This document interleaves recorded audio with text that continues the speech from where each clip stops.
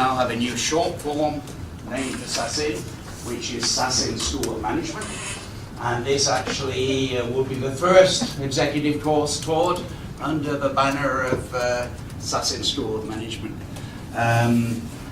I've been teaching, writing, and doing digital marketing for about 10 years now, and I think digital marketing has really come of age.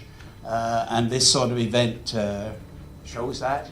The people at ecommerceIQ have worked very hard to put together this program for you, and I think you're going to have a range of speakers that have great practical knowledge and a great breadth of experience. I would ask you to ask questions, to reach out to the ecommerceIQ people if anything is not clear or there's anything you need to know. If there's any sort of problems with the Sasin facilities, just let the people know on the front desk and we can fix that. And I know many of you are alumni, so you can fix things also. So at this point, I'd like to just hand it over to ecommerceIQ, and you're off. So leap away, okay? So welcome everyone. Welcome to LEAP. We're really excited to have you here with us today at Sasin Graduate Institute. So the reason why Sasin SEC and ecommerceIQ partner together to bring this program to life is because we believe behind every successful company is a growth mindset. So no matter what position you're in, you're always willing to learn and you're always open to sharing what you know with your peers. So as many of you are aware, internet adoption has been growing in Southeast Asia and especially Thailand. And this has caused a lot of companies to ask themselves, should I be online? And the obvious answer we know now is yes, you should be, because it makes sense no matter what company or industry you're from, you should be where your customers are and where your future customers are going to be. Because they're going to go online to look for your company details, they're going to go online to ask your agents questions, and hopefully at the end of the day, they're going to go online and buy your product. So over the next 10 weeks, we have invited lecturers from various backgrounds and experiences, but one thing they all have in common is that they've all driven an online business. So the purpose of this course, this program, is to inspire through education. We hope that you can bring back to your teams, to your companies, a course of action. So I think that everyone here has some sort of experience in e-commerce. I really hope that you're open to asking your lecturers questions because this program is for you, and I hope that you can give them a challenge. So on behalf of the ecommerceIQ team, welcome to LEAP. Thank you for taking the leap with us, and I hope you enjoy the journey. So to start, I'd like to welcome Paul. Some of you may already know him. He's the group CEO of ecommerce and as well co-founder of Ardent Capital. So take it away. The size of the group, I think it's, I'm here, for the next hour plus. I mean, I'd love to get your questions, even specific, how does e-commerce impact your industry, your markets? How do you, start a business, whether you have an existing business going into e-commerce or you're starting a business from scratch as an entrepreneur. So what I want to do is share you a bit of my background, also give you some insights on how I see the market evolving, and as well as even address any specific questions that you might have, or how does a company like ours think about a specific industry. Because e-commerce, I think just internet in general is going to impact basically every industry. I mean, just the recent headlines I would just say of Lego. I mean, you can imagine like a toy company, that stock is down, and when you just think about that, it's, they're blaming digital for that, right? Because kids are now just spending more time on digital. Or consumer goods, right? Why is the consumer goods industry going down? Consumer products. And it's because, people would rather spend their money on, buying basically top-up cards for more, internet access versus, let's say, buying a candy bar or ice cream, right? So you can see the real impact that, online and e-commerce has had across the entire global landscape, as well as even in every industry. And it's, for me, what I'm hoping to do is give you just some, I know I can't really do much in 1 hour, but give you some idea of, I think how fast it's moving and how disruptive things can be, and maybe give you some ideas on how to kick things off within your organization, or you're starting a business from scratch. So just quickly, my background, I started in internet in the US, working for a company called Ask Jeeves, came out, Southeast Asia, Thailand, started digital advertising, digital media, and we did MSN, Yahoo. We were representing those guys in Thailand and in Philippines. We were doing Yahoo in Vietnam and in Indonesia, and that was very early days, like 2004. Built a digital media advertising business. Sold that for about 8 million, then built a second business called an ad network, which was really similar to like Google AdSense, where you put ads on every, managing ads on every banner site, or sorry, banners on every website. So that business we built in Southeast Asia, roughly around 250 staff at its peak, raised about 12 million, 6 million from SoftBank, and we exited that business to Comly Group for about 30 plus. And then when you think about media, you think about advertising, right? And then the next model for us was we saw e-commerce was really going to evolve. But the problem was there's no infrastructure, right? So then that's why when we saw the Groupon model or the living social model, we built out Insogo business. So the Insogo business for us, we started, we put in about 9 million baht, kick it off, raised about 60 million baht. And then we were very lucky to 1.5 years later, to sell that for about 68 million US, right, in 1.5 years. It was very fast. That was probably for us where we really saw the impact of where e-commerce was heading. This was pre-Lazada, 2011. And Lazada started in 2012. We were actually thinking already going into the marketplace model, but the problem was the infrastructure, the logistics, right? Meaning that when you think about why the Insogo business was selling well, or was fairly successful, was because people bought vouchers and went to the store. Things were being shipped to them. And this is really, when we saw that business, when we saw e-commerce from that perspective, we went, man, like, if we fix the logistics space, or the infrastructure, we think we can really open up opportunities all the way upstream. So, meaning logistics impacts e-commerce, or let's say online retailing, which impacts advertising, which impacts media and content, right? And you can see like Amazon, Alibaba, they're all going down that full stack, right? So in some ways, when you think of e-commerce, right, I don't want to say like, okay, think of internet because it's very vague, but really what makes these guys very dangerous, the Alibabas and the Amazons of the world, is because they are going up that full stack. Because they can literally look at content, right, like a TV show, and tell you how many diapers and drill bits that's going to sell for them. And when you think about the big data and how how fast these guys are moving, right, it's going to impact every single industry.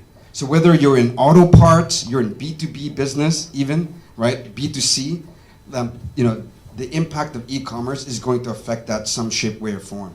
So what I want to do today is I know I'm giving you the big overview, but I also want to give you some really useful tidbits and insights that I've, just picked up over several years.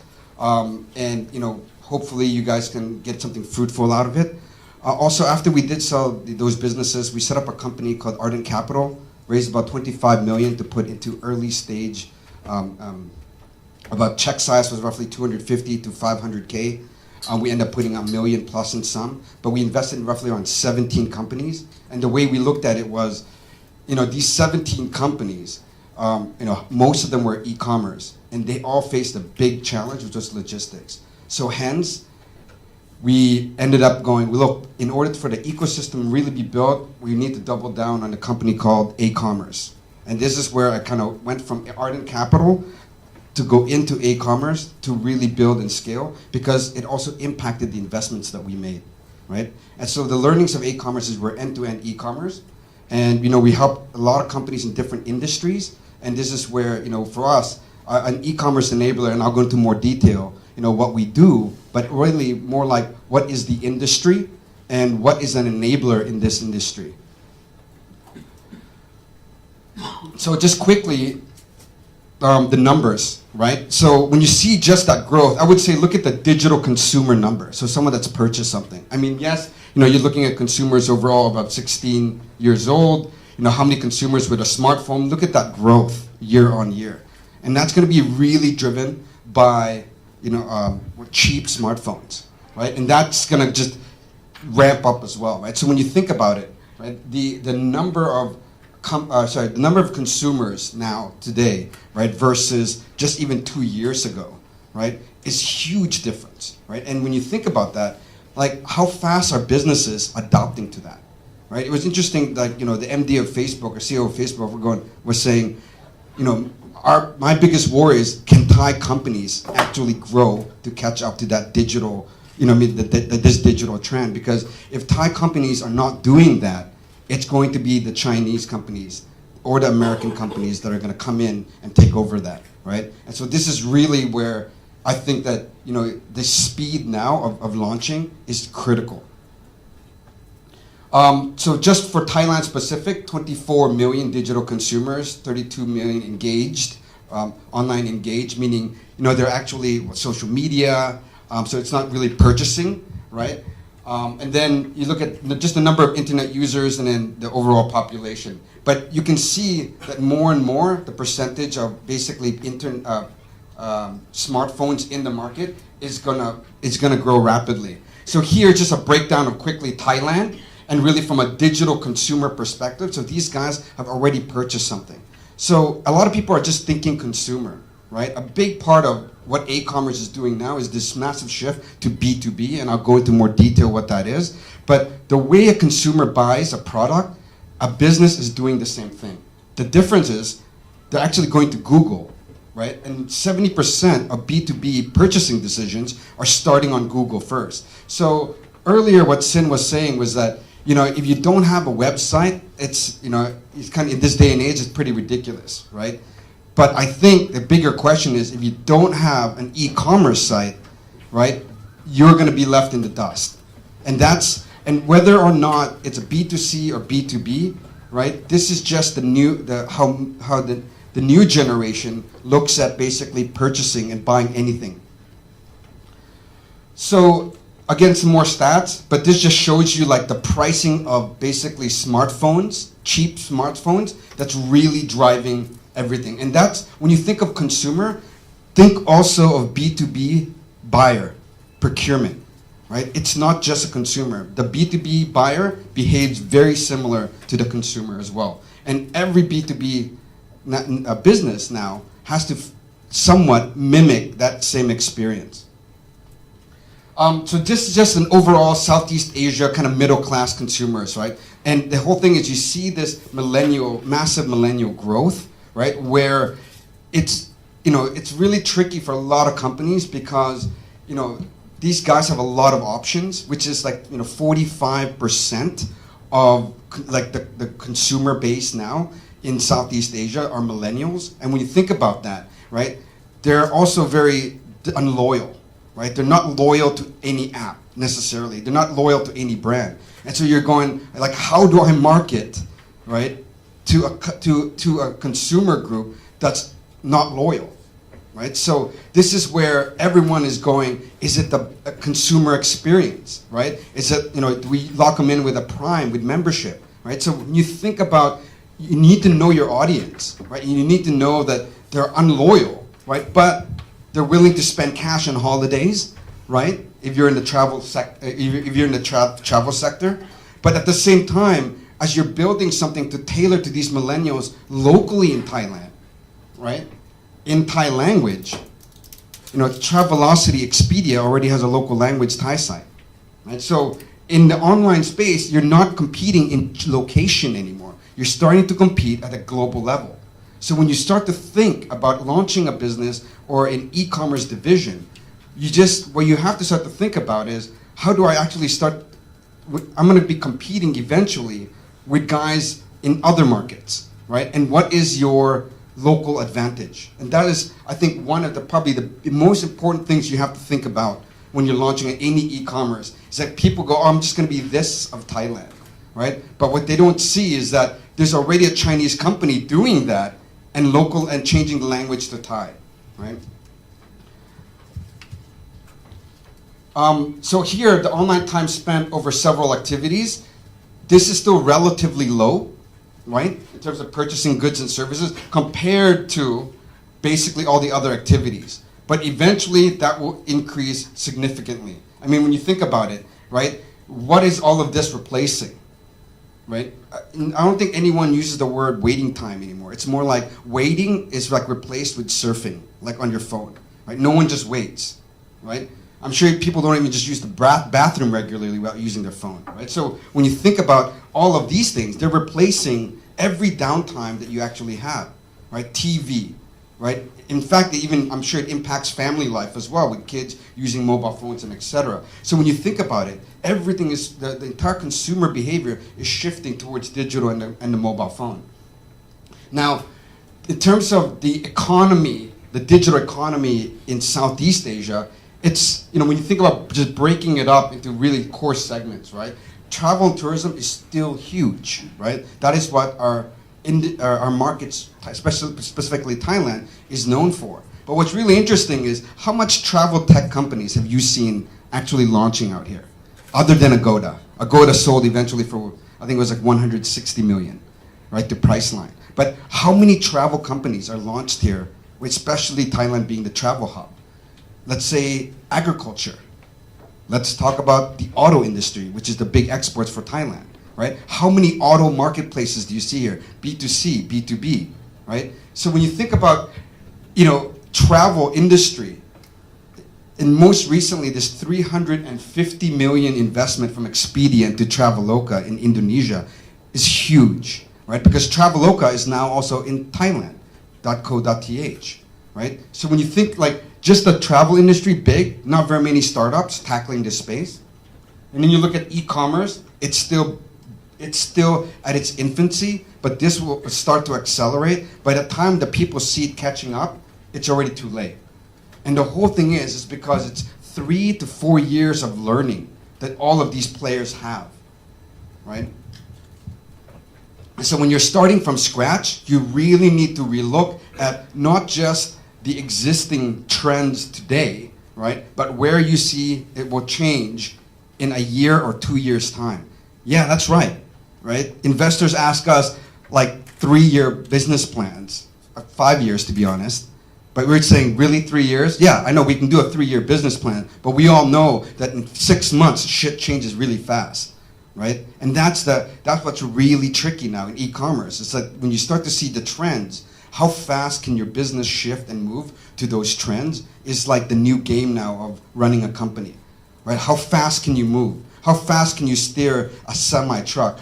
Our company today has 1,500 staff, right? And so when we launch a new product or we grab a new segment, it's very difficult to like get everyone on board. But if you're not doing it, there's the Amazons, the big companies of the world that are doing it in lightning speed, that if you don't do that, you're just going to be commoditized. So when you look at like even advertising here, right, it's $2 billion. But the biggest play for these guys is all e-commerce, right? We were the biggest spender on Google for e-commerce.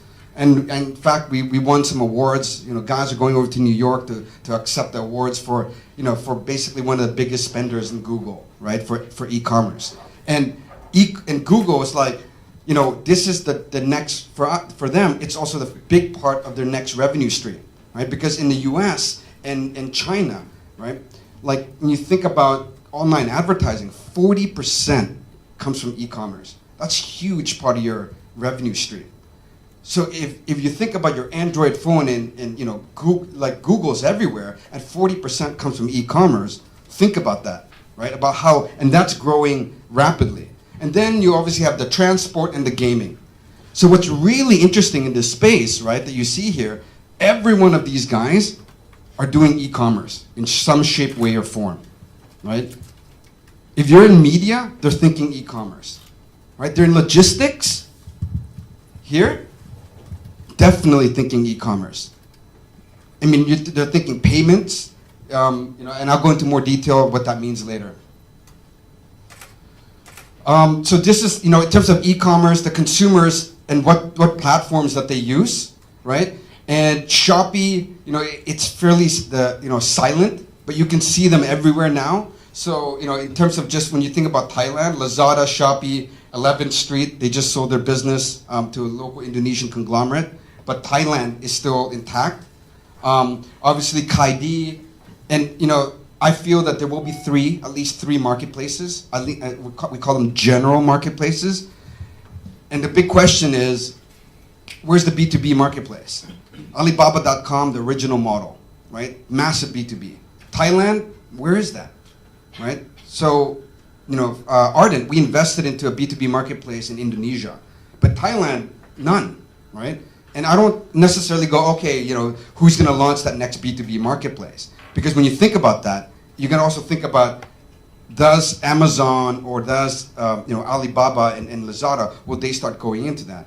But verticals, that's another topic I'll discuss later. But really, there's, where I see it going is going to be on verticals. So you see here, this is all the general marketplaces. There'll be another tier down, probably in 2 to 3 years' time, where it's going to be verticalized marketplaces. So again, more numbers. Just showing the social media and how impactful that is for social commerce. And I think you guys see it, you hear about it already. But the evolution of Southeast Asia was like, there was in the U.S. and other markets, e-commerce was first, and then came social media and all the other, chat, video, and etc. But in the Thailand market, it reversed, right? So instead of the B2B e-commerce like Alibaba, in Thailand, it actually started with C2C, right? Like classifieds and etc. Then it's moving towards B2C today. So businesses now are going, shit, we need to sell to consumers. We need to get our e-commerce platforms together. And then B2B is starting to now evolve. So it's evolving completely from C2C, B2C, B2B. Where in China, it was the complete reverse. Now, what does that mean, right? That means that your B2B, whatever B2B you do, you have to think now that you have to make it very consumer-centric. Because people are not going to go backwards. They're going to expect what they see as a consumer, they expect exactly as a business. So which means you need to even elevate the game, right, when you launch e-commerce, right? Because there's expectations now. And also, we're one of the last markets to evolve. I think, obviously you have Bangladesh, Pakistan, Africa next. But Southeast Asia, after Southeast Asia, there's those markets. But before us, there was US, Europe, China. So all the learnings, all the e-commerce companies are looking at our markets today. And those things you have to factor in your competition. Here, when you think about the infrastructure of the business of Southeast Asia, that is still one of the biggest challenges. Although in Thailand, that was solved pretty damn fast. It was a part of our business where we actually had 150 bikes and vans, right? Because, the logistics space, the delivery, the COD, it was horrible, right, in Thailand, about 2 to 3 years ago.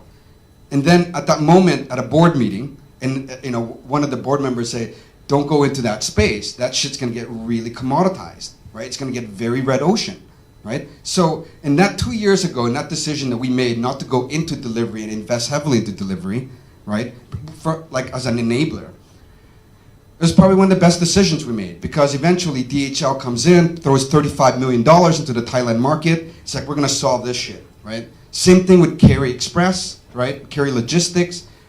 You're looking at Grab. You're looking at Uber. You're going to look at all of these players now trying to solve the last mile space, right?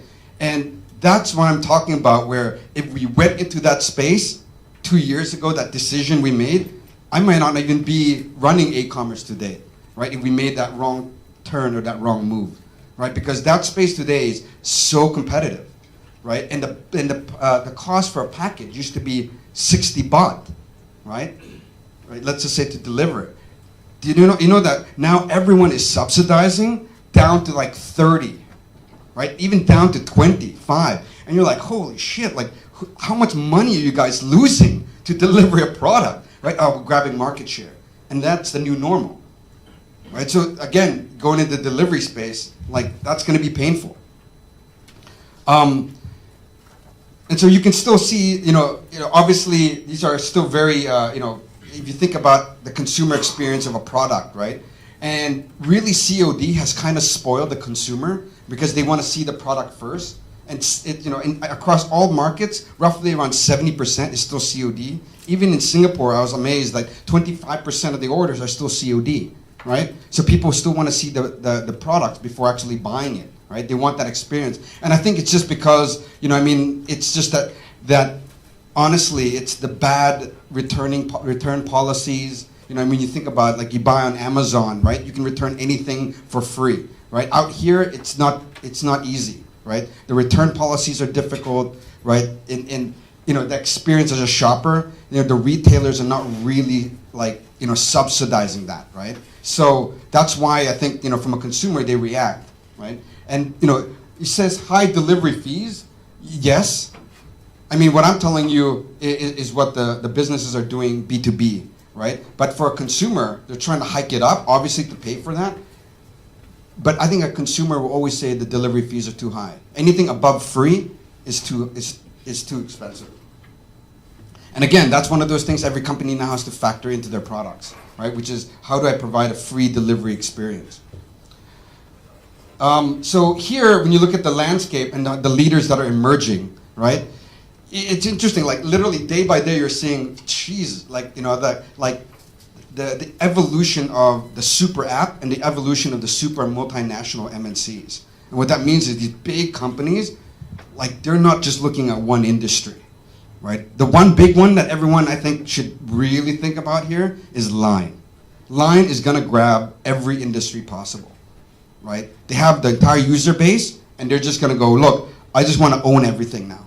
From communication, like, to commerce, to delivery line man, to media line TV, to creating their own content.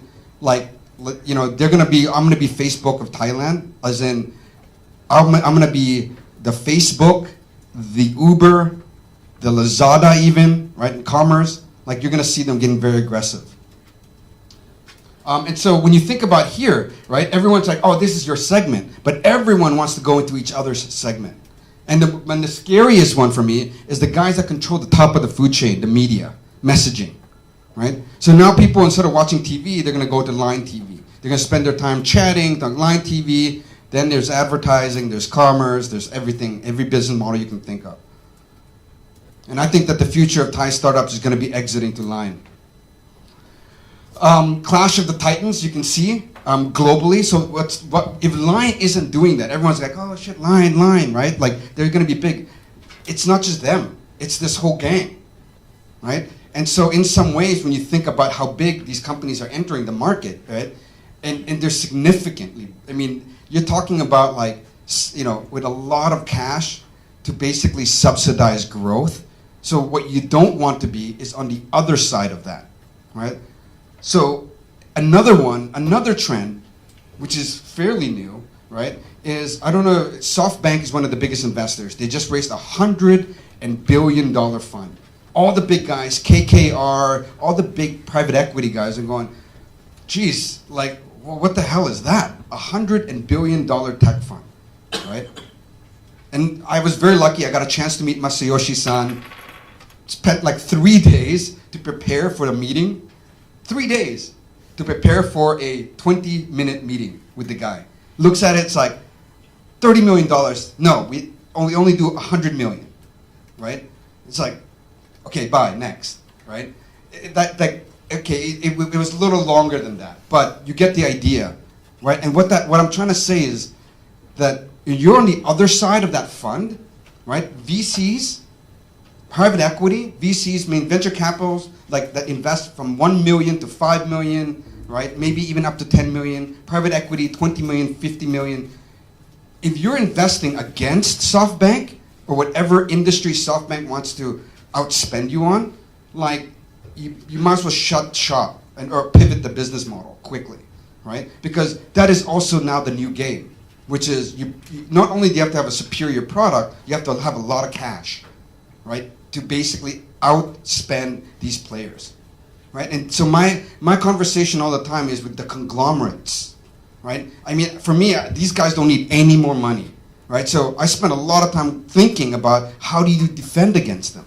How does a Thai company build a successful company by, defending against these big players, right? And it's grabbing niche verticals, it's going hyper-local, right? And it's basically thinking about an advantage, an unfair advantage that you will have, right? Whether it's execution-wise, operational-wise, that these guys, that technology in terms of scale cannot solve. This is how I look at how they're expanding. As I explained earlier, line, right? And line shop, line man, you know, there'll be, trust me, there's going to be line school and even universities, right? Like will be impacted by that, right? And this is where, you know, you think about, you know, Facebook and Facebook Marketplace getting super good traction. In Southeast Asia, that's where most of their experiments are actually happening for Facebook. Indonesia and Thailand, right? And what they're trying to do is this full, like you can set up a shop that end to end, all the way down to even delivery, right? And they will partner with all these delivery companies. So their entire Facebook experience is, you know, I mean, you don't have to go to any third-party company, right? And this is, again, the super app move. GoCheck, right?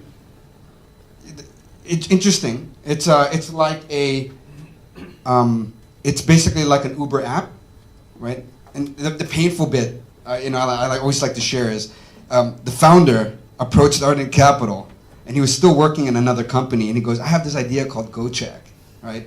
I'm raising $200,000 on 1 million, right? So basically we could have owned like 20%. And you're like, but you're not running the company. You're still in another company. He goes, yeah, I'm gonna jump out and eventually start this thing, right? It was just a name. Anyway, like 3 years later, 650 million in funding, right? GoCheck. It's the super app now for Indonesia. It's like the Line of Indonesia. It's like the Uber of Indonesia and the PayPal of Indonesia, right? But the founder, right? It was really interesting because the founder, definitely very visionary, but it was the private equity, the guys that invested, the investor actually jumped out of that fund and went, you know what? We're going to triple down on this idea, right? And this is where, when you think about talent and building a team, right? One thing is the idea, one thing is the market, one thing is the product, but the team to be able to build and execute, right, a business model is incredibly important, right? And some people kind of, recruiting is probably the #1 most difficult thing out here. Finding solid entrepreneurs as an investor, right, with a big vision, right, is very difficult to find. Incredibly difficult, right? So when you think about, again, this model of GoCheck, right, Baozun IPO'd in China, they're a similar model as ecommerce, where they do end-to-end or ecommerce enabler, right? They're moving all the way upstream. Amazon, Alibaba, Line, Google, Facebook, all companies are following this kind of path, which is, just think of the word super. Super app, super multinational company, right? And I'm not like just trying to create a, like, the word super MNCs just was on Wall Street Journal yesterday, right? So this is the model everyone's going after. So when you think about, like, what are the leading business commerce models, right? So it was interesting, Masayoshi-san in SoftBank, he just went, I want marketplace and I want enablers, right?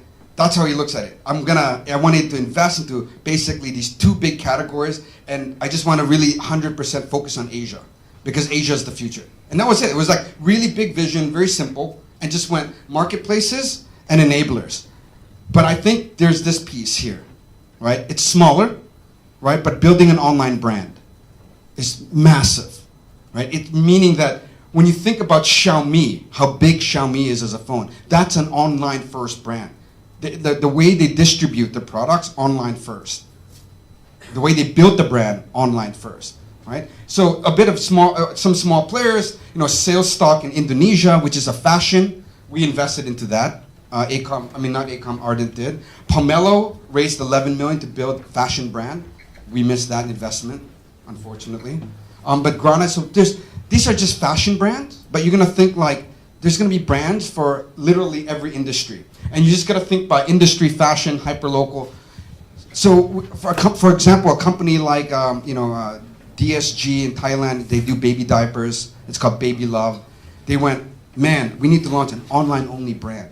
Big, they're a big company, right? Obviously, you're very traditional, but visionary enough to launch a brand specifically for online, right?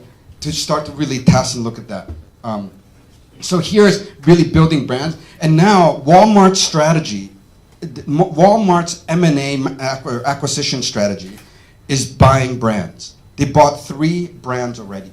Unilever also buying online brands. What you don't see is the number of Chinese brands actually being acquired. Like a beauty brand launched in China, L'Oreal acquired, right? There's just a lot of online-only brands. I'm just kind of highlighting, the bigger ones. Then there's the e-commerce enablers, right? So if you want to enable B2B e-commerce, you want to enable, payments. That basically it's the service providers in between, but it's a service and a platform. That's where we fit in, right? So really for us as aCommerce, we look at how can we help build these brands for companies, and also we work with all the marketplaces as well, right? So that's our business model, but all the ecosystem players here, right, that you see. So, you think about Oracle, you think about IBM, right? I look at them as big part of their business is also enablers. Just some notes like, DHL now want to go fully upstream as well. Even in fact, DHL actually owns a marketplace in Germany, the 3rd largest. So you're like, whoa, that was very surprising, right? Why would logistics, why? Because the moment Amazon started buying planes, here's DHL, it was like, Amazon, we make $1 billion from Amazon a year, just delivery, right? And there's no way those guys are gonna go into our space. And then the moment the planes were bought, right, and the vans, and they're going, holy shit, we better go upstream now, right? So that, for me is, you can see every logistics player trying to really figure out how to go up the food chain. That's a very, very difficult business because now, when you think about all the Chinese players, global players coming in very aggressively, and then obviously marketplaces. So here I just want to highlight vertical marketplaces are going to be the next evolution of just in terms of the general marketplace. And you already see that happening globally. Just some headlines, right? Online fashion retailer, Grana raises 10, Thailand Pomelo, sales stock, Xiaomi, Unilever. So I think if future-wise, I think both conglomerates locally as well as the big like Unilever, P&G, they're going to start to buy local brands, right? Or if not, launch themselves. So here's an example of the DSG one, offline going online only. So we work with them as well. Obviously Zalora. So this is examples of also online brands doing the reverse, now going offline, right?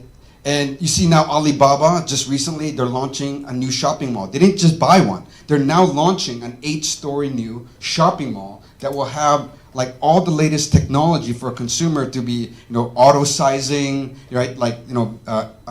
Artificial, like AR, VR, all the technologies built around physical commerce, right? So it's a very interesting, so they're going down that path while Amazon is basically acquiring their way in, right?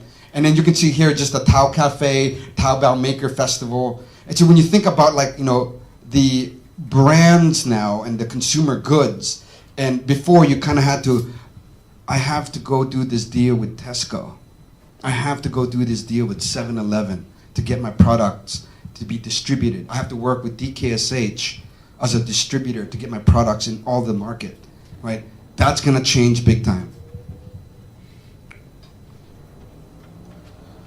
Here, online brands in the US going offline. So just as an example, right, of how they're going offline, right? And the reason why is because of this like omni-channel experience. Like the consumer, when you think about online, the ability for you to switch brands and to preserve loyalty is incredibly difficult. I think that from my perspective, when you think about offline advertising, still has an impact in terms of branding and loyalty. And that I think is why a lot of these brands still feel that online only, right? Like in terms of building a long-term sustainable, you can't just focus purely on online. And this is why these guys go offline as well, is to really enhance that that experience across the board. Now, when you think about e-commerce and is still less than 4% in Thailand. So everything is still offline. E-commerce enables writing. So when you think about enablers like aCommerce, this was our pre-series B round. We've actually raised 50 million. Alibaba, like when you think about investing also into SingPost, right, which is similar model as aCommerce as well. So these are all the e-commerce enablers and how they're fundraising across the group. This one was very interesting, right? So these guys basically, what they did was they went to every mom and pop store in Indonesia, right? In Indonesia, like I think it was out of 8 million, they just went and got like 300,000, mom and pop stores. And their model was any consumer that went to these stores can order online via their app and their device. So they just went, we're gonna get the unbanked in Indonesia, right, online, right? So they went and connected all of these consumers that didn't have any, internet connection, or they were completely no banking, and they start getting these guys to buy online, right? And immediately Grab, which is the taxi app, right? That was a great opportunity to launch the Grab Pay. So here, just to give an example of the e-commerce enablers that are launching in the region. I'll skip that. This is the e-commerce, the enabler landscape. Yes, it's very intimidating, right? But all of this is overseas. Now the question you have is, what model of this, right, can be applied online? There are a few, like subscription e-commerce, right? aCommerce for us is we're this little box here, right? So aCommerce grabs this box right here, right? Now I even see a couple of companies like email marketing, mobile, focus on just Indonesia alone, surprisingly getting funding as well, right? So this is the enabler landscape, and the solutions obviously are massive, right? And our philosophy was kind of like instead of fighting the war, right, meaning the investing and trying to build a marketplace to compete against Lazadas and Amazon, we were thinking we'd rather be the guys selling the bullets, right, versus the guys actually fighting that war. And this is really kind of our mentality for building out the e-commerce enabler. But you can see the acquisitions that are happening across the region. And the market here is still fairly relatively small, but here's a big one, right? So I want to highlight this. PetSmart acquiring Chewy.com for $3.5 billion. That's still the biggest acquisition. This Pets is huge now. You type down Pets investment, right, on Google, you're going to see it massive, right? We invested into a pets company in Thailand, online pets. I'm not going to disclose the numbers, but they're doing well, right? But mainly Thailand only, right? Thailand's a huge pets market, right? But you're looking at pets B2B, pets B2C, pets enabler. There's a lot of models for that. A pet brand, right? And which is where a lot of the US and Europe that are going into. And the deals in dollars by country, look at Thailand. Like, look how tough that is, right? I think one of the challenges I see is that it's still the entrepreneurs, the quality of entrepreneurs here. It's a two-sided system. It's obviously the investors as well, right? As well as the entrepreneurs, right? But the challenge you have is, it takes time for the ecosystem to build, right?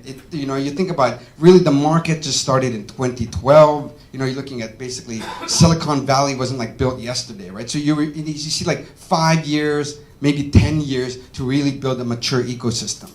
But what's tough is that you have to accelerate that because you're competing against the rest of the world now, right?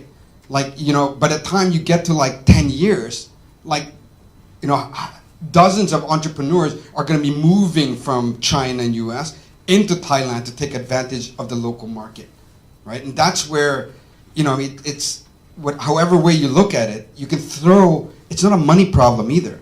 Because Thailand, as in 7 months ago, started this massive CVC, corporate venture capital trend, where Siam Cement, K-Bank, SCB, all launched funds. There's $200 million in Thailand looking to invest into the next big thing, right?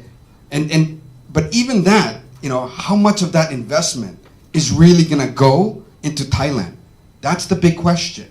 A lot of these guys are investing in global players, right, to try to bring the technology, bring those teams to Thailand. So there is a real gap here, and from my perspective, why we started really investing into Southeast Asia.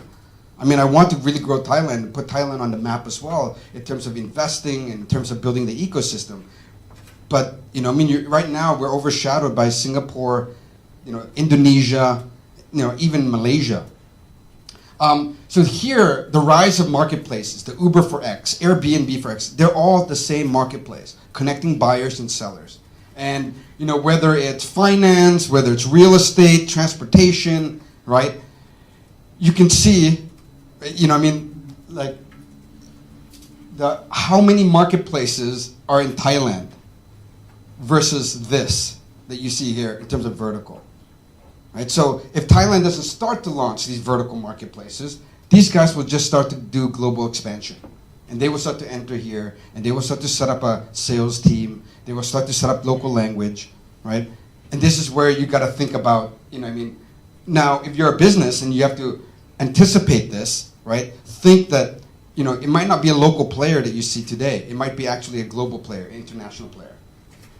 So top product categories in terms of, like, when you think about global consumers, what, you know, I'm trying to basically show you guys the opportunities in verticals, right? And where the trends are and what vertical is, you know, prime for e-commerce. Actually, I think every vertical is, to be honest. So even if you're here and you're like, oh, pet food and supplies, right? Oh, that's incredibly small, right, from a consumer. But you just saw that acquisition of 3.5 billion US. And I actually like these ones. As an investor, I tend to actually start to look at some of these, the smaller ones, knowing that the bigger players are all looking at the top. Consumer electronics, right? Travel, fashion. I mean, if you're going to go in that sector, there's a model for that sector, which I recommend is like basically brands, right? So, fashion marketplace, how fast a trend can shift. The moment Zalora sold to Central Group for peanuts, Thailand business and the Vietnam business, any fashion like retailer just went down. No one knows, like that's all you can make. I mean, they probably invested 50 million plus in Zalora, and then selling to markets for like $7 or $8 million. Ouch, right? So what's really tough as well is, and the reason why they had to do that was because they didn't anticipate Lazada taking more market from fashion. They just thought we could do fashion better, right, than, let's say, a general marketplace. So that's also something to think about, that the general guys are getting stronger as well. But here are interesting ones, right? Convi Beauty, right? You look at Orami, and that's, you know, women e-commerce. These guys just recently won awards, so Seekster is just going, we'll be like that marketplace for, you know, I mean, for cleaning, right? So B2B cleaning or B2C cleaning, right? Like in terms of, you know, maids and etc. Like cleaning your house. Interesting. This is like, you know, Etsy, which is a handicrafts marketplace. I think these guys have done a good job of omnichannel. jib.co.th. And when you see, like, you know, also when you think about, like, you know, like Wine Connection, right? Now trying to be alcohol marketplace, and obviously Agoda for travel, right? So there's this one, I think, Happy Fresh as well, which is, when you think about, is Happy Fresh, you know, like delivery, or is it like groceries, or, you know, what it, and, you know, I think that a lot of these guys are going to be pivoting to a lot of different models as well. So here, I just want to highlight a couple of things.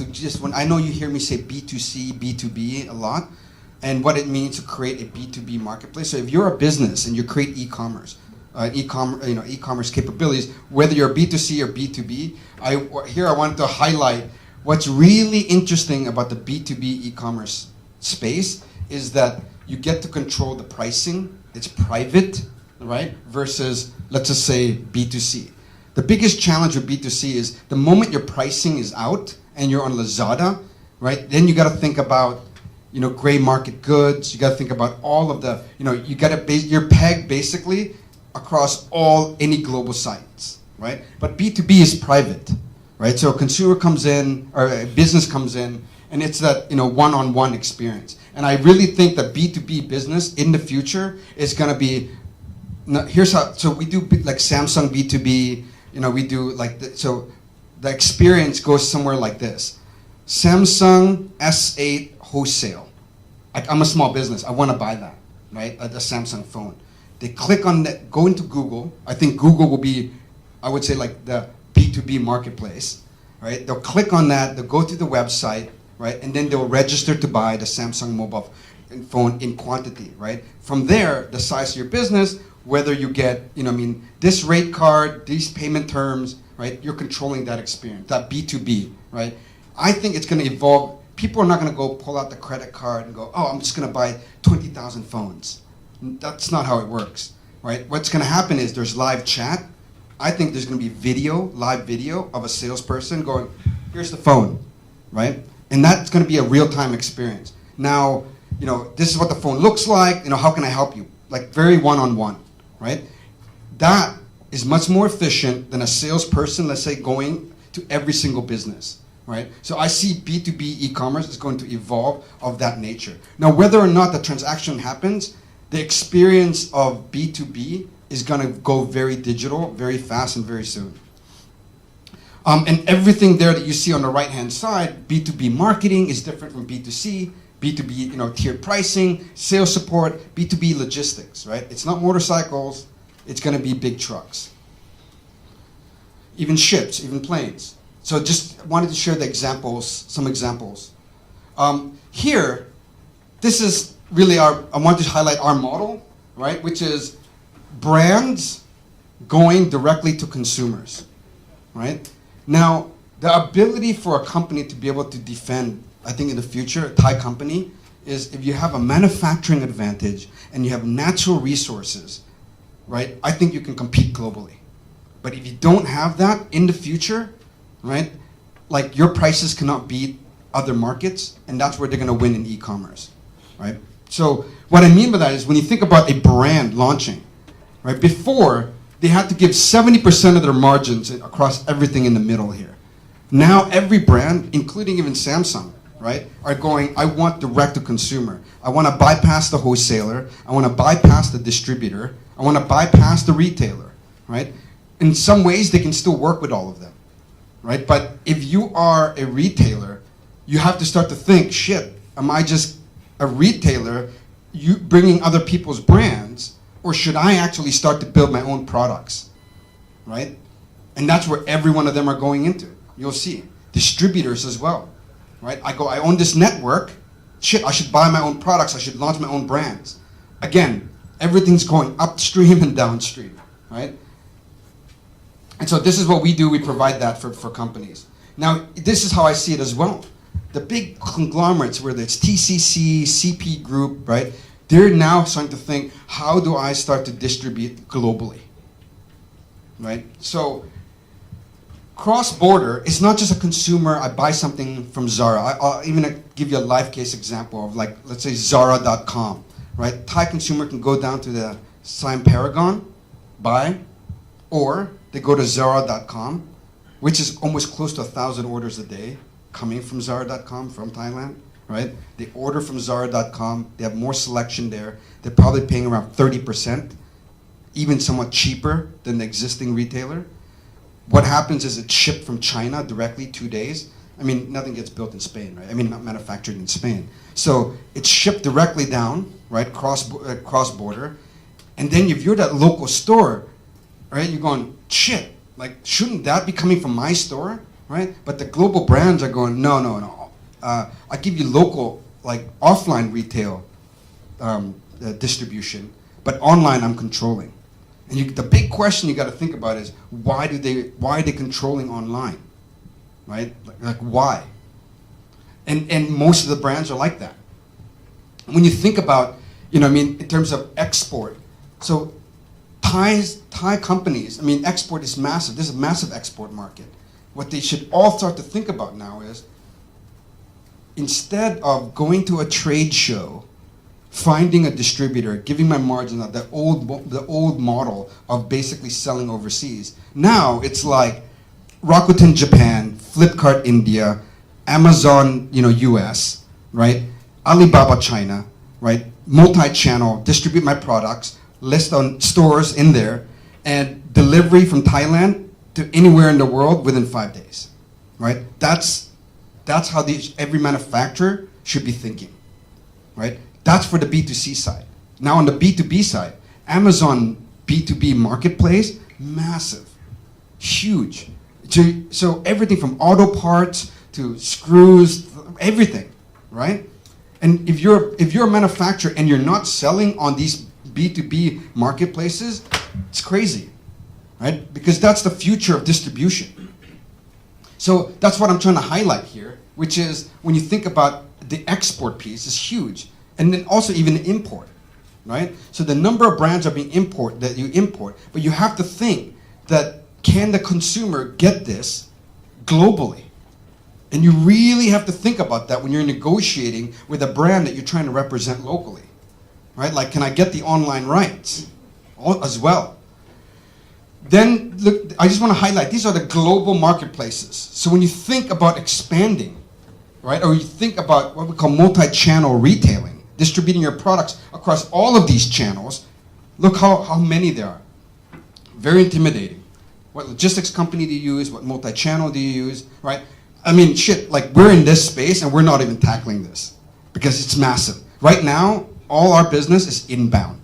Brands wanting to enter Southeast Asia, that's what e-commerce really does, right? But outbound, that was something actually, honestly, I was going 2 years from now, 2 to 3 years from now, like that's a business we're gonna go after. I'm not gonna say who, but like companies now are going, we wanna get on this. We want to build a global distribution ASAP. Right? And you think about like Snail White, I don't know, you see the ads everywhere, right? Just killing it on Tmall, right? Just raking it in. I can't disclose numbers, right? But that's just for Alibaba in China Tmall store. King Power, the same thing. You know all the fruits and dried fruits and stuff that you see in the airport that the Chinese are buying as well, right? Just like buy it on Tmall, right? So just the China angle is even big enough. But don't forget like the Rakutens, the Amazons, the Flipkarts, like there's tons of them everywhere. And then that's B2C and B2B. So again, why is Southeast Asia so attracted to Chinese companies as they enter? I mean, look at the Chinese populations, right? Countries with the largest Chinese, like it's Thailand and Indonesia. Hence, they're very aggressive coming in. But it's also, obviously close by.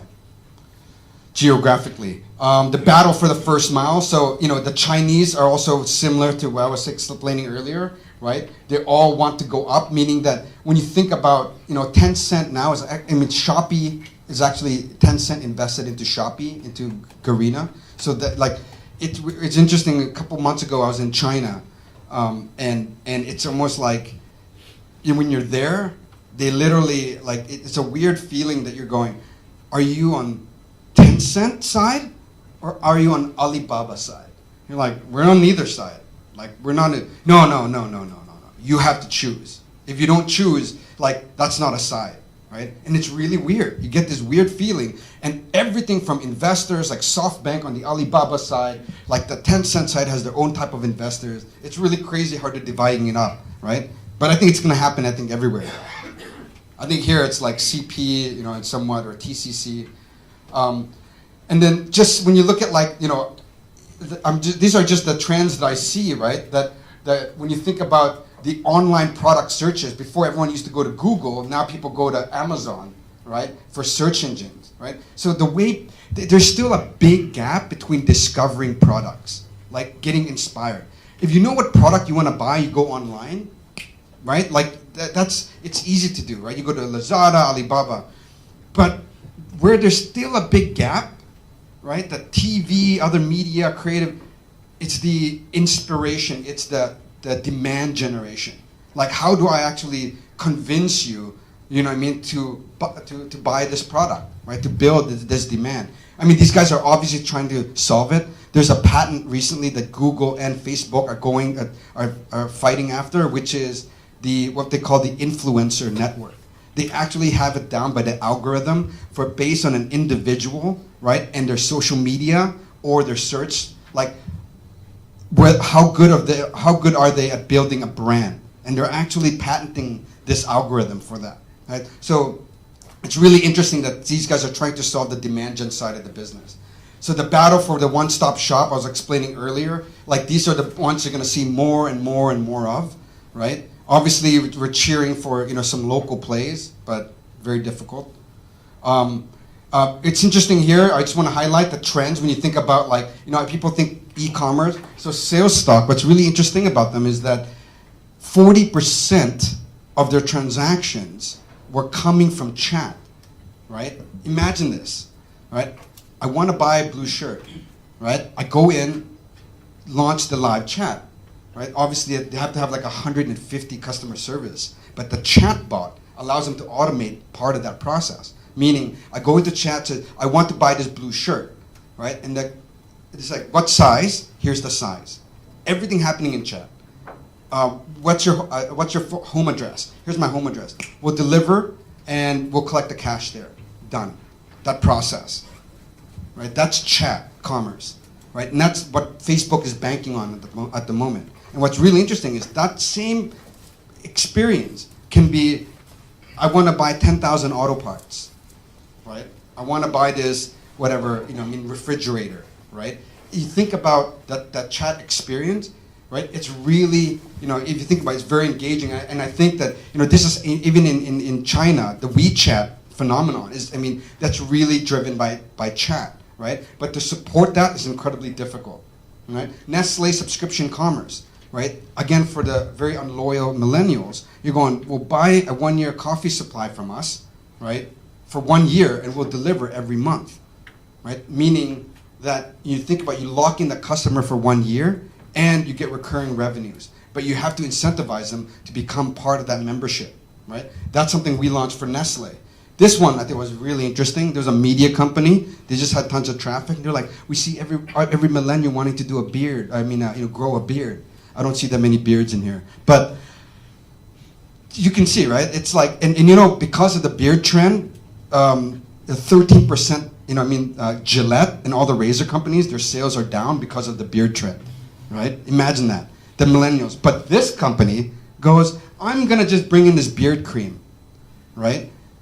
3 months, $500,000 in sales. That's a lot from just building a beard cream and launching it online because they saw all these little beard pictures and they said, I'm just going to launch that in my network, my media network. Right? So just an interesting example of when you start to spot trends and you source that product, boom. You can actually drive very short-term revenues. Now, how long-term sustainable is that? Another story. Yeah, so this is an example of the capital game, right? I want to highlight, right? Meaning, it's how much money you have is important, right? And what segments you tackle is very important. Right? So this is where, when you think about, when you go into a sector, be careful if you don't have the funding and investors to really back you up, right? Like, just be cautious because it's all, from my point of view, it's like a money game now. And then, the brands going multi-channel direct to consumer, building the brands, going direct, right? And every brand now has to think about content, what kind of content, ratings, reviews, social media. That's the way to build a brand now. It's not just a creative ad and, BTS everywhere. Not to say that works as well, right? But you're going to see these trends of going, online-only brands really growing because, they spend a lot of time, right? And this is brands going direct to consumer, launching a car company like Tesla or the Xiaomi phone. But look at just how the market rewards you when you actually have a new distribution channel like Tesla, which is, when you think about it, right? All of their sales are online and they actually all direct, kind of like the Apple Store, right? And you're able to, in terms of the pre-sale, I think the pre-sale value, they sold like, I think it was like 13 billion, I believe, $13 billion in pre-sales, pre-selling the car before they even made it, right? And this is where online is massive. And you look at the stock and how much cars they actually sold versus, a traditional company. So companies, when you think, now what are they going to do with all of that money?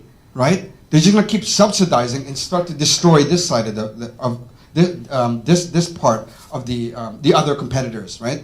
And this is like this new crazy game, right? Who can ever get the highest valuation, the most money? You start to basically subsidize. You drop price, you win consumers, right? And then once the consumer starts getting used to your convenience, then you increase price, and the consumer is like, okay, I'll pay for that price. It's fine. But you've already destroyed competition. That's like the new game plan, right? Now, you need to have money, obviously, to subsidize to win consumers, right? And make sure that when you win them over, you create a sticky product, right? That makes them want to actually use your product ongoing. I think we covered that. So just innovation, competition. When you think about, like, I was just explaining earlier how competitive everything is. And, now when you think about, it's going to every single sector, right? But I really do think that big companies actually have a big advantage. They have the most knowledge of the industry already. They know the inside of that industry. They have the product, right? But the challenge they have is that, how to adopt that to this whole kind of like digital change, right? Whether they're outsourcing it or they're building it in-house, that speed of that, how they build the capabilities internally is incredibly important, right? And so if they can't find that, they need to basically outsource that, or what we call insource. You don't have to outsource everything. You actually go, help me build this inside my business, right? And help me, you start to see a lot of interesting models where, there's a revenue share, there's a profit share, there's a lot of different models that these big companies go, in order for me to really move, right? Obviously, the no-brainer one is the corporate venture capital firm, the setting up a fund, allowing them to invest into all of these different plays, right? To see, to see and spot the trends, right? But the problem also, when you think about you're a company, you're a startup, and there's this corporate venture capital firm, let's just say, it's a bank, right? The moment the bank goes in and invests, the challenge you might have is, can I work with any other banks or any financial institutions? Because these guys are a strategic investor. So that's something that you have to navigate. But with that said, Toyota and Honda both invested into Grab, right? In fact, Toyota also invested into Uber as well, right? So, and GM invested into Lyft, right? So, these are big companies.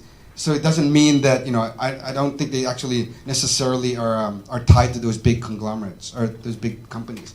So when you think about the e-commerce ecosystem, I'm highlighting it here and how diverse it is. But really at the end of the day, it's, seller, buyer. Here's all the different models and marketplaces. And then here is when you think about, kind of all the businesses and models around the ecosystem, right? And where Alibaba and Amazon and every company, and the way we look at it as well, right, is that from a consumer, what does a consumer buy on a regular basis? Tracking that consumer, and Facebook and Google are really good at that.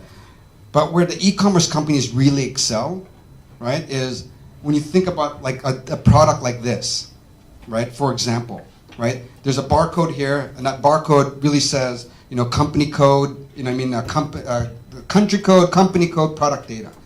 Now, who buys this? Right? This is how we track it in our business.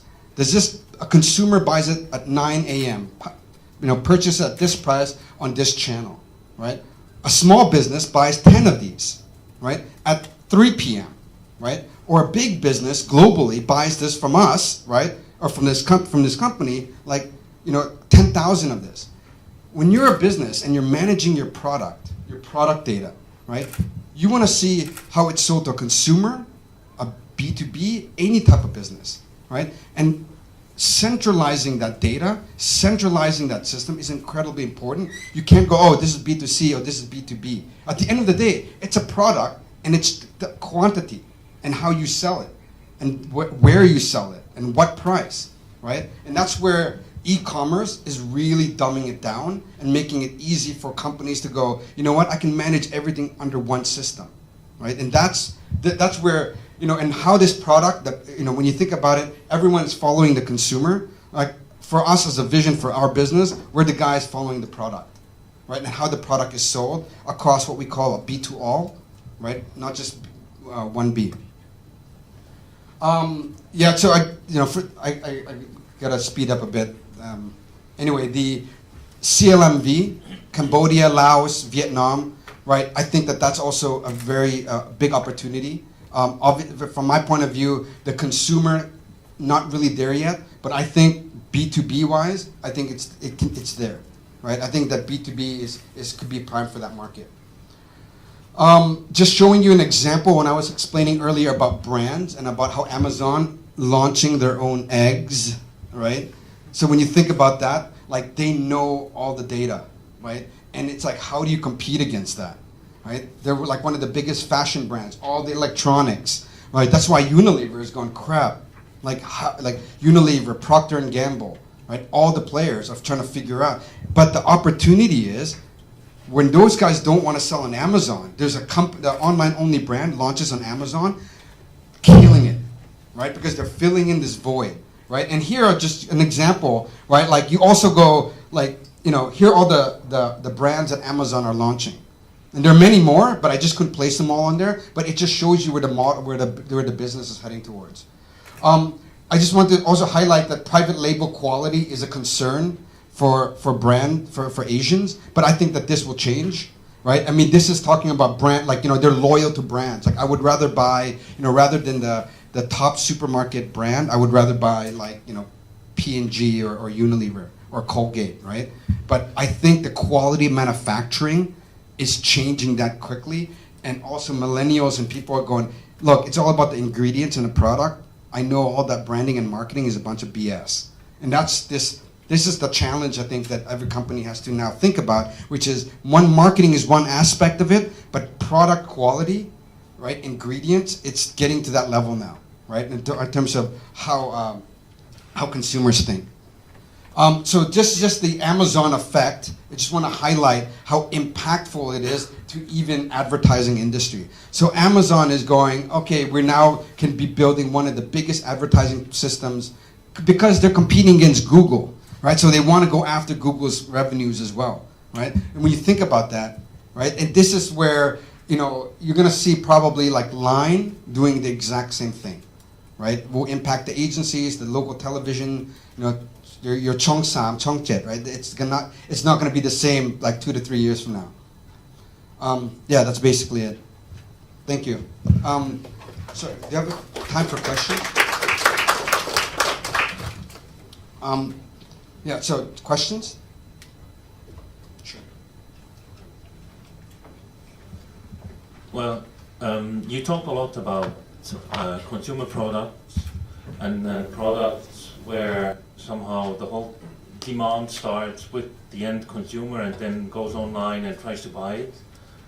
How about, or what trends do you see for example, financial services, life insurance? I mean, I rarely wake up in the morning and I think of, I have to buy life insurance.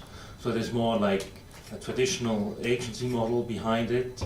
So how does e-commerce work in that space? Yeah, I mean, from my point of view, how e-commerce works is there's always like the main one, like AIA, right? And they still work, like when you think about the packages, right, that they sell via agents. And online is kind of like an extension of that. I think that needs to go back all the way down to the underwriters, right, before it will make a real impact, right? Because at the end of the day, it's still like using similar. Now, what's interesting though is the kind of products they're creating on the top layer, right? Like, you know, your mobile phone insurance, your this insurance, right? And that's where I think online is creating these, like, allows them to create these unique kind of bundles and little packaging that tailors to certain consumers and segmentation. But the underlying, from my point at least, is the underlying insurance, there's always the model of, okay, let's do an aggregator and marketplace, compare all of them against each other, right? But they're all of them compared to against each other, they're all the same thing, right? And I think it lacks the innovation of like, where do you see insurance moving towards, right? Like insuring of everything, right? Meaning, can I insure my dog? Can I insure this? Can I insure that? And I think that's where I see real creativity coming up. You know, I mean, the Web 1.0, which is the aggregator, right? Comparing pricing. You know, I mean, are you know, fire insurance, flood insurance, right? That's definitely like that's going to be first. That's where everyone's focusing on first. But when you think about a consumer buying insurance, right, for one specific product, you want to eventually go insurance for everything. That's whatever that consumer is, right?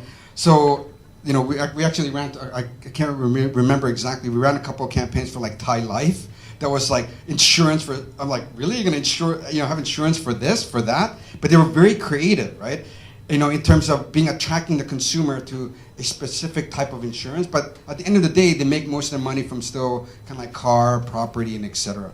So my take on it is it's the 1.0 is still happening now, but I would say the next evolution of like the insurance, like will become, very, I think it will disrupt like the actual underwriters below, right? Because they're all pulling the insurance from the same underwriter, and I think that from a pricing perspective, they're all relatively the same, right? And they're just kind of like marketed differently in the top, right? But it's still very, I would say, very old school. It's kind of equivalent to like, let's just say, Agoda aggregating all the hotels, and Airbnb going, you know what? Like we will create this new field of, hospitality, right, and experience. And I think that the insurance and the financial industry is going to go, oh, we got the consumer in this insurance, but quickly they're going to go into other models. So insurance, B2B insurance, B2C insurance, right? Underwriting for other companies. So you're going to see, rather than a bunch of little ones, you're going to see, first of all, like, 3 or 4, right? And then heavy funding, and then consolidate to like 2 or 3, right? Like that's, and what I mean by that is insurance for everything, right? Like that's where the model will head to. But at the moment, it's almost like all these little startups are going to fight to be who can be that number 1 or 2. Can you share more about B2B to C? Because most of my business would be B2B to C model. So I came from insurance company, but not answer for the first question. Sorry. So like I deal with airline companies and I sell travel insurance bundled to their ticket. Yeah. So how can I make it better? Well, I mean, I think it's from a technology perspective. Like when you think about just even travel insurance, when you basically, it's really funny when you book any airline, the way I see it, right? You book like, whether it's like Air Asia or Thai Airways, some of it's bundled, some of it's like optional, right?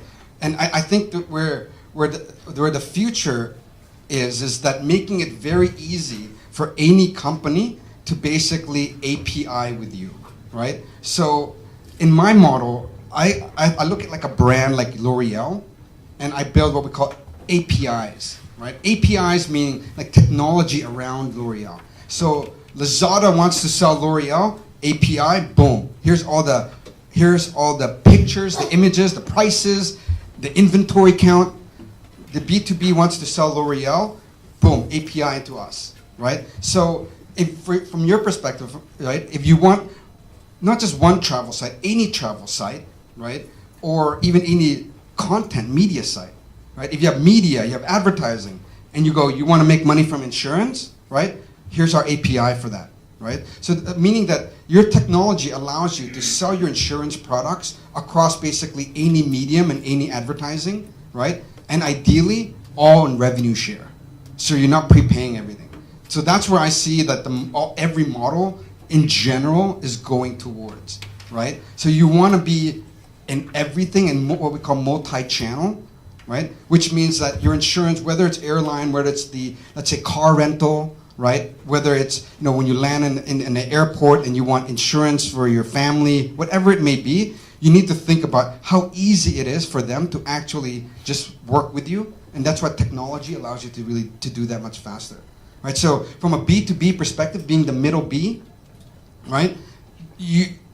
The company that will disrupt you is the ones that go, I actually will just be a pure technology layer on top of that, and I can be the insurance for anything type of model, right? So it's going to be a very, I would say, invest into not just like your business development, right? My recommendation is first it's called like manualization. Like you do all the business development, you do all these deals with companies, right? And you're like, shit, it takes me like, let's say 4 departments, right? and 4 weeks to get this done. And then my tech team, which is like 150 plus, actually follow behind and go, how do we make this into a product? How do we cut the 4 weeks into 4 days, right? How do we cut the 4 divisions into one platform? And that's really what tech does. It shortens everything and allows everything to go incredibly fast, right? And that's something that, I would say you would heavily have to invest into. I have a question here. When you work in e-commerce, right, you see that consumer, it's so easy for them to just go to Lazada or Amazon to compare a price of products, and products become more like commodities for them. They just buy whatever is cheaper, right? So do you see that in the future that the smaller players would just die and we just end up that whoever can, provide the best price or the service will win? No, I think it's about experience, right? When you think about where can pets win? Everything still requires money, but where can pets win? Lazada isn't gonna go and basically go, okay, pets, when you go on vacation, where do you put your pets? When you go to grooming services, where, what services are required for your pets, right? If you think about, hospitals for your pets, right? Products for your pets, insurance for your pets, right? You just need to start to build that community around that. Right? That's one. The other one is a community around that as well, right? Which is everyone's sharing content, right? Meaning that you make it a fun and engaging experience where they say, oh, I need dog food. I need to buy Alpo dog food. They're going to go over to Lazada and buy specifically that product, right? But why do all the brands, first of all, it's sourcing all the products. Why would all the products or the brands go to you? Is because they go into this and go, wow, that guy's really creating a great environment for my brand. Right? They're actually, I would like to sell my products there. I might even give him free samples for him to give it to his audience or his consumers because it's a great marketing, content, e-commerce experience, right? And that is something fundamentally Lazada will not be building because they have to build across everything else, right? So they're not going to be that good at this. So, in the brand's perspective, if I look at, let's say you're a small e-commerce site versus Lazada, I look at that as, okay, that's called GMV retailing, right? GMV, gross merchandising value, just top line, right? Sales, that's sales retailing. That's discount retailing. It's I'm not creating a good experience for my brand. The brands now are going, how do I start to look at other channels to create, to put my products into? And that's where something that you can do. That's one, as in you're a retailer, but also create your own brands that aren't available there as well on Lazada. Right? Meaning that you create your own brands to create the good the experience here. Experience on your own e-commerce site. So I think that there's advantages to the vertical plays for sure, right? But you do need to invest. You do need to build that capability. And even in the U.S., you have Wayfair now is doing that for furniture. As you saw, Chewy for pets. Right? So there are these. You're able to build these experience, but you have to go very deep in that vertical, and you have to not only build just a transaction platform, but also, a good retailing experience. Because think about it, right? We all know how dominant, let's say, 7-Eleven is. But do you see that, only, a brand only wants to work with 7-Eleven? No way, right? They want multi-channel, meaning hypermarket, supermarket, convenience stores, vending machines, selling at the airport, selling at mom and pop stores, right? Brands want to be everywhere. And so if you create an experience for them, here's pets or whatever channel you want to create, right? They will give you preferred pricing. They will give you preferred, even marketing budgets, right? That's how I see the advantages that these verticals can play. Does that answer? As an e-commerce, from customer perspective, I think the experience as an e-commerce as a whole is still behind compared to China or any other places in Southeast Asia. And I think it could come out because of a payment gateway, logistics, infrastructure, trust, UI, and a lot of experiences, right? But what do you think it would help us from Southeast Asia side to expedite or speed up the process so that we can be more competitive with the Chinese market and other markets? One thing is you also got to factor in now that, what can Thais buy here that they cannot buy on AliExpress or Amazon, right? That's the scary truth, right? I mean, if you're thinking about like Central Group, the mall group, right? So from my perspective is that the products locally built for local, like local to local, I think that has a big advantage. But if you're the company that is importing shit in from global, right, and you don't have exclusive rights for online and offline, you're going to be in trouble, right? It's just fundamentally, you can, like, we represent two companies in two of the biggest retailers in Indonesia. One of them does private label, right, called Matahari. The other one is called MAP, which is basically, similar, with all the, like, Lacoste stores, Burberry stores, like, they all do the brands, right? And the consumer that buys that locally in Indonesia, they're like, hey, I can find that in, online, right? So very tough because their margins are like 20, 30%. But if you're doing your own label, building your own products, right? You're looking at 70 to 80% margins. Your own beauty products, your own beauty brands, right? So, I think that, from a general retail experience, like retail for me is not just going to be retail product, it'll also be like products and services, right? Like I was explaining with the toughest thing for every e-commerce company is one word. It's called CAC, customer acquisition cost, right? So the cost for acquisition, 85% of all the money is going to Google and Facebook. Just to be like, that's basically it, right? Like, if you want to set up e-commerce site, how do you drive traffic? You need marketing dollars, right? So that's the challenge, which is unless you're able to really drive that down or to have a different advantage, right? To drive that cost down, like you're the same as everybody. You're competing against Lazada, right? So this is where content, right, social media, other aspects, right, is important. I mean, you're still spending Google and Facebook, but you have to build, it's not just about getting a consumer, but it's also the lifetime value of that consumer. How recurring revenues you can get, right? So for me, it's like vertical and also, specific building the community and recurring revenues for that. And that's why you don't see that many, because everyone is only playing the Google and Facebook game. They're like, what's your advantage? Oh, I spend marketing on Google and Facebook. That's not a real advantage. Signs are going up saying time's up. So thanks, guys.